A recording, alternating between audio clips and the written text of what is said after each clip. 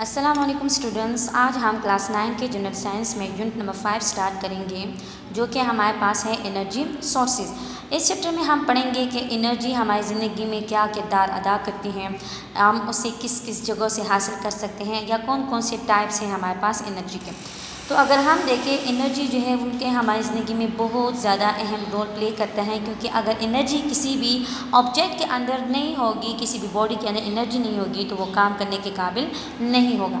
Energy जो है वो हमारे पास क्या करता है, सबसे पहले लाइट आवर सिटीज़, हमारे शहर को रोशन करता है। कैसे रोशन करता है कि एनर्जी के ज़रिए हम लाइट्स ऑन करते हैं, ठीक है, बिजली चलाते हैं, जिसकी वजह से हमारे घर जो है रोशन हो जाते हैं, हमारे सिटीज़ जो हैं वो रोशन हो जाते हैं।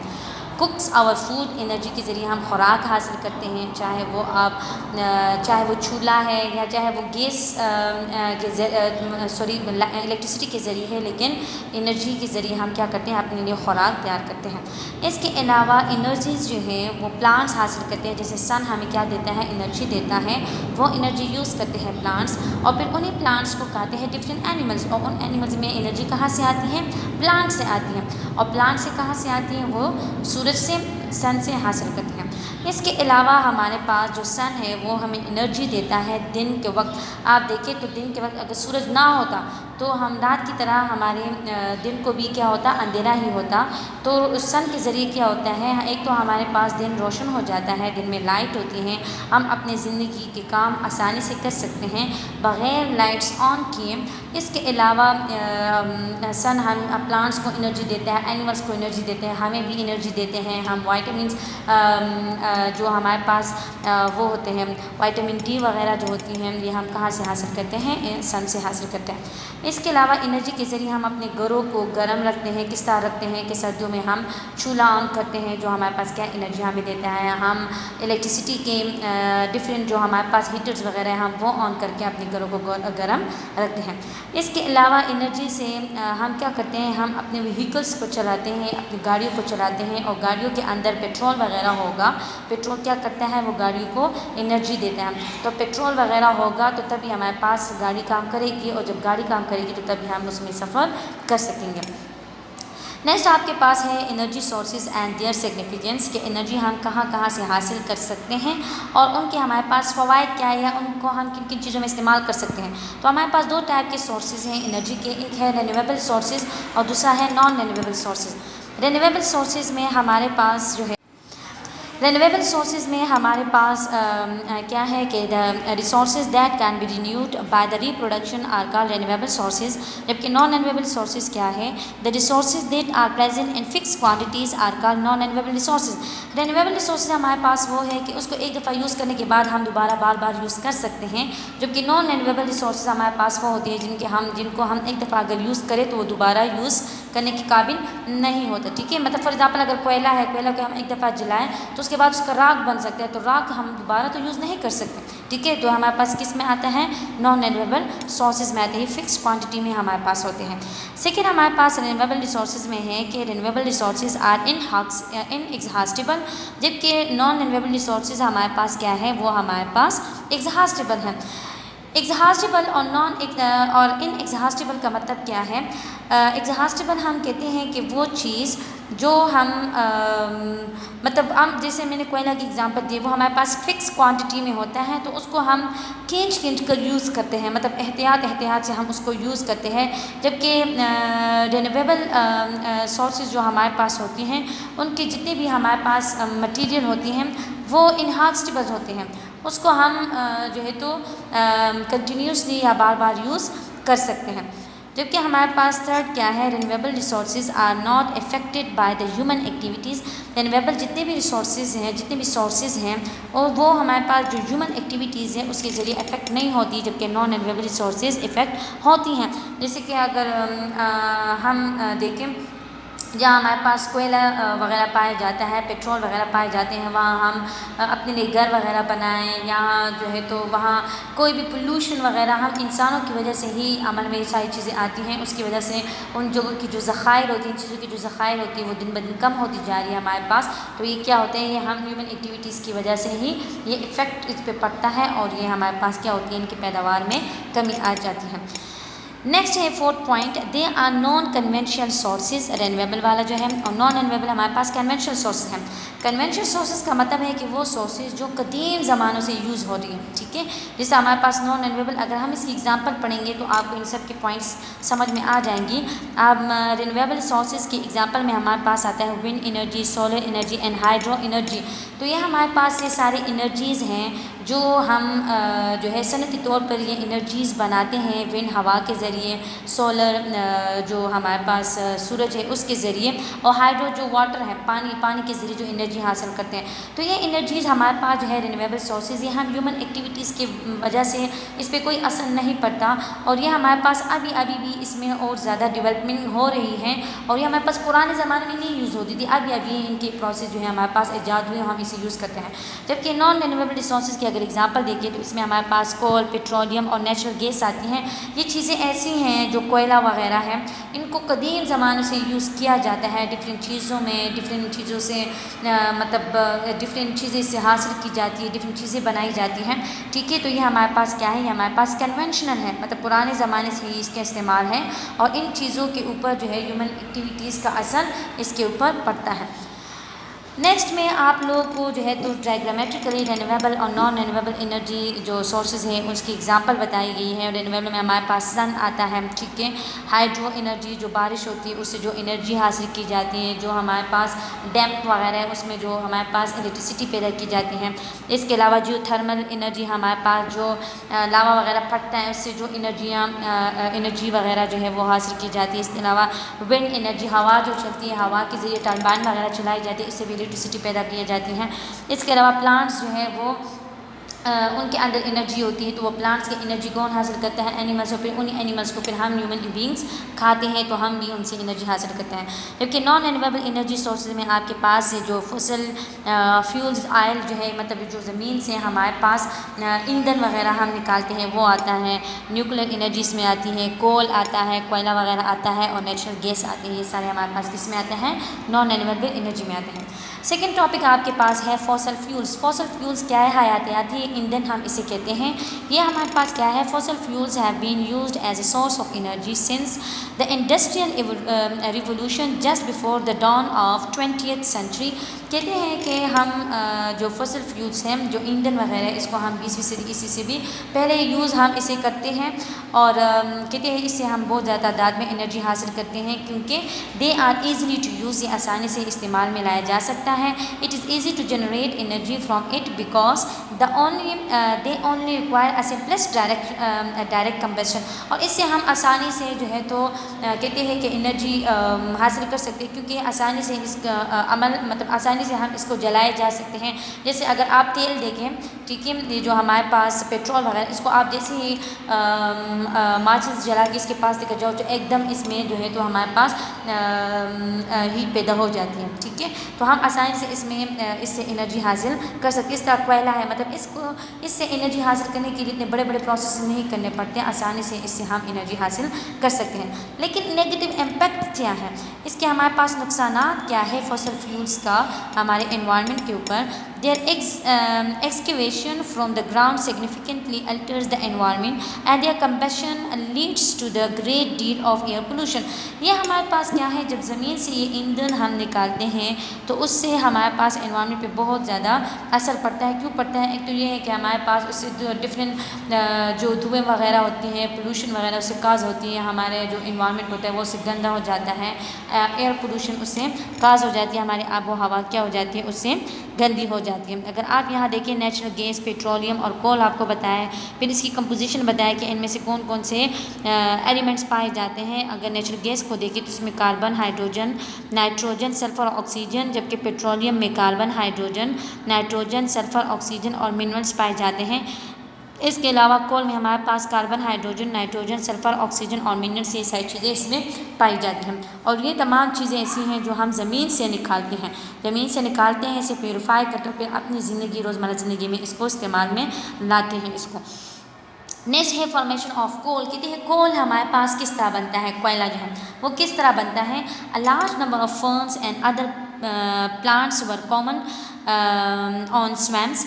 कहते हैं कि हमारे पास फर्न्स वो प्लांट्स होते हैं जिनके फ्लावर नहीं होते, जो सिर्फ पत्ते होते हैं, ठीक है। तो कहते हैं इस तरह के जो हमारे पास फर्न्स होते हैं बहुत ज़्यादा तादाद में, जहाँ पानी ठहरा होता है वहाँ पे ये बहुत ज़्यादा फर्न्स बनते हैं, बहुत ज़्यादा टाइम तक फर्न्स पैदा होते हैं उसी पानी में। और फिर उसके बाद क्या होता है, layers of rocks and dirts cover those plants for a million years.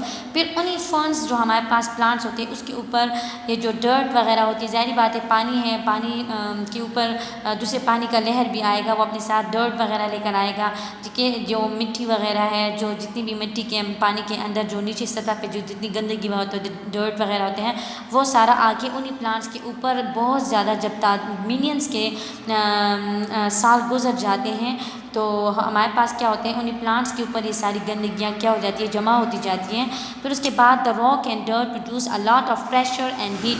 फिर जितने हमारे पास जितने ज़माने से इस तरह जब हज़ारों की तादाद में हमारे पास जो साल गुज़रते हैं तो वो जितने भी डर्ट वगैरह होती है वो प्लांट्स के ऊपर बहुत ज़्यादा जमा हो जाती हैं, फर्न्स के ऊपर जमा हो जाती हैं, जिसके ज़रिए वो बहुत ज़्यादा प्रेशर पैदा करती है। ज़ाहिर बात है तह बाय तह जब एक चीज़ जमा होती जाती है वो भी हज़ारों साल तक, तो ज़ाहिर बात है वो प्रेशर तो पैदा करेंगी, प्रेशर भी पैदा करेगा और एक दूसरे के ऊपर, और हीट भी उससे जनरेट हो जाती है। Decomposition took place in the absence of oxygen, much of the hydrogen content of matter is ended away. अब हमारे पास क्या होगा कि जो डिकम्पोजिशन का प्रोसेस होता है, डिकम्पोजिशन में क्या होता है, जितने हमारे पास जो डेड मटेरियल्स होती हैं उनकी ब्रेकडाउन होती हैं, तो जितना हमारे पास वो भी ऑक्सीजन की गैर मौजूदगी में, तो इससे हमारे पास हाइड्रोजन का जो अमाउंट होती है उससे बहुत ज़्यादा पैदा हो जाती है। Living a material rich in carbon which is known as कोल।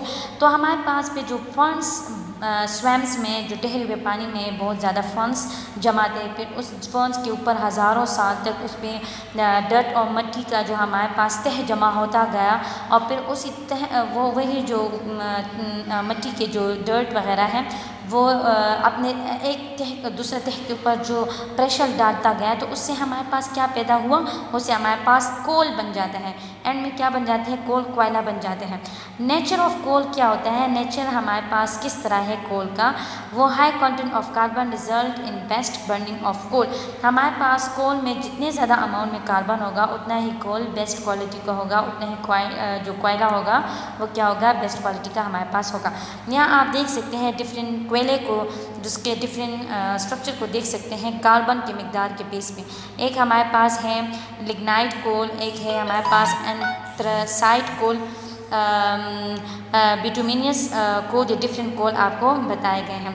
अब ग्रेफाइट क्या है, when coal is further heated and compressed it is known as graphite. जब हम कोल को फर्दर जो है गर्म करते हैं, उसको हीट प्रोवाइड करते हैं उसको, और उसको और भी कंप्रेस्ड मतलब साइज़ में उसको और भी प्रेस्ड करते हैं, तो हमारे पास क्या बन जाता है, ग्रेफाइट बन जाता है, जो हमारे पास कार्बन का एक प्योर फॉर्म होता है। और यूजेस क्या होती हैं ग्रेफाइट, ग्रेफाइट हमारे पास जो हमारे पास सनत है, जो इंडस्ट्रीज़ हैं उसमें डिफरेंट इलेक्ट्रिसिटीज़ मतलब इलेक्ट्रिसिटी जनरेट करने के लिए हमारे पास क्या होता है, ग्रेफाइट यूज़ होता है। नेक्स्ट है पेट्रोलियम। पेट्रोलियम जो है ये भी हमारे पास एक सोर्स है एनर्जी का, जो हमारे पास क्या होता है जिससे हम एनर्जी हासिल करते हैं। पेट्रोलियम और crude oil is a liquid fuel that is present in various location through out the world. Uses क्या है पेट्रोलियम का, ये generation of electricity, manufacturing of medicine, plastics and other commercial items. Petrol क्या है, इसको हम electricity पैदा करने के लिए भी यूज़ करते हैं, डिफरेंट मेडिसिन वगैरह में, प्लास्टिक बनाने में, और डिफरेंट आइटम्स को बनाने में ये सनती तौर पे यूज़ होते हैं। अब बनता क्या है, फॉर्मेशन क्या है पेट्रोलियम का, it is form from the remains of biodegraded organic material. Biodegraded organic material का मतलब क्या है कि जितने हमारे पास लिविंग मटीरियल्स हैं उनकी जब डेथ हो जाती हैं, तो उनकी डेथ के बाद जो फुजले रह जाती हैं उससे हम इसको हासिल करते हैं। Their remains are covered by the layer of very fine dirt known as silt on the ocean of floor. हमारे पास क्या है कि फॉर एग्ज़ाम्पल समंदर में जानवर फिशेस वगैरह मर रहे हैं, उनकी जो बॉडीज़ रह जाती है, डेड बॉडीज़ रह जाती हैं, उनके ऊपर डिफरेंट समंदर के पानी के साथ ज़ाहिर बात है जो हमारे पास डर्ट होता है, जो मिट्टी होती है वो भी साथ साथ जाती है, तो वो उन एनिमल्स के ऊपर, उनके बॉडी के ऊपर जमा होती जाती है, साल गुजर जाते हैं, हज़ारों साल गुजर जाते हैं, तो वो हमारे पास क्या हो जाता है, एक एक फ़ाइन सी एक बारीक सी एक तह सी बना जाती हैं, जिसको हम क्या कहते हैं, वो जो हमारे पास ओशन फ्लोर होता है उसके ऊपर बना जाते हैं, जिसको हम क्या कहते हैं, सेल कहते हैं। उसके बाद क्या होता है, then as air pass pressure from the layers build up and compress the organic material from forming the oil. और हमारे पास जब उसमें जो हमने कोल के बारे में पढ़ा, तो कोल हमारे पास फॉर्म्स जो प्लांट्स थे उससे हमारे पास बनते हैं कि जब प्लांट्स के ऊपर हज़ारों साल तक इसी तरह डर्ट जमा होता जाए तो वो एंड में हमारे पास क्या होता है, कोयला की फॉर्म बना देता है।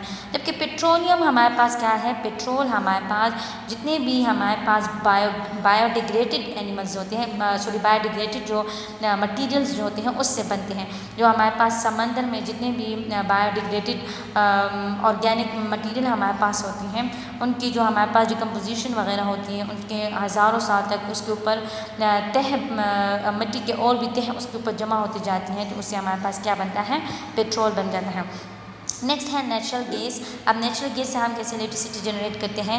Natural gas consist of primary of methane. ये इसमें हमारे पास क्या होता है, मीथेन इसमें मौजूद होता है नेचुरल गैस में। इसका फॉर्मूला हमारे पास क्या है, CH4। It is found associated with the other hydrocarbon fuel.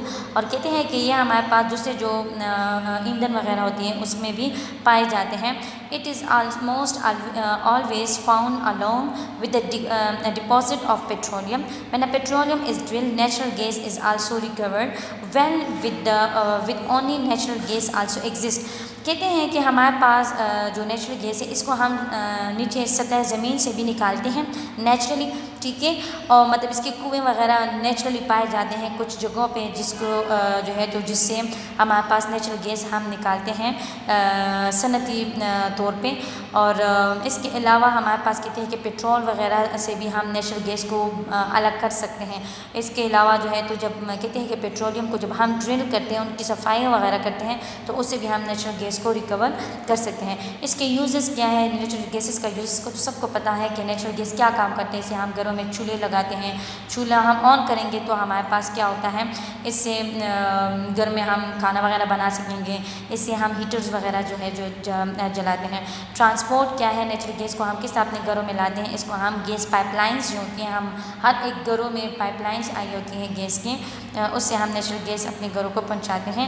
It is clean burning because it contain only trace portion of sulphur and nitrogen. अगर आप देखें ये कोल वगैरह पेट्रोल वगैरह जब हम इसको जलाते हैं तो इससे फिर भी हमारे पास जो हमारा एनवायरनमेंट है वो भी आलूदा हो जाता है, इसमें कुछ ना कुछ हमारे पास वेस्ट मटेरियल भी बन जाता है। लेकिन नेचुरल गैस हमारे पास बहुत ज़्यादा क्लीन है, ये हमारे पास बहुत ज़्यादा आसानी से मतलब हम इसको बर्न करते हैं। आप देखिए चूल्हा हम लगाते हैं तो चूल्हे से हम जितनी भी चीज़ें हम वगैरह जो हम घर में पकाते हैं वो बन जाते हैं, लेकिन कोई वेस्ट मटेरियल नहीं रहता। ऐसे तो कभी नहीं हुआ ना कि हमने चूल्हा ऑन किया और चूल्हे के ऊपर हमारे पास कोयला वगैरह की तरह राख वगैरह बन जाए, इस तरह कुछ भी नहीं होता।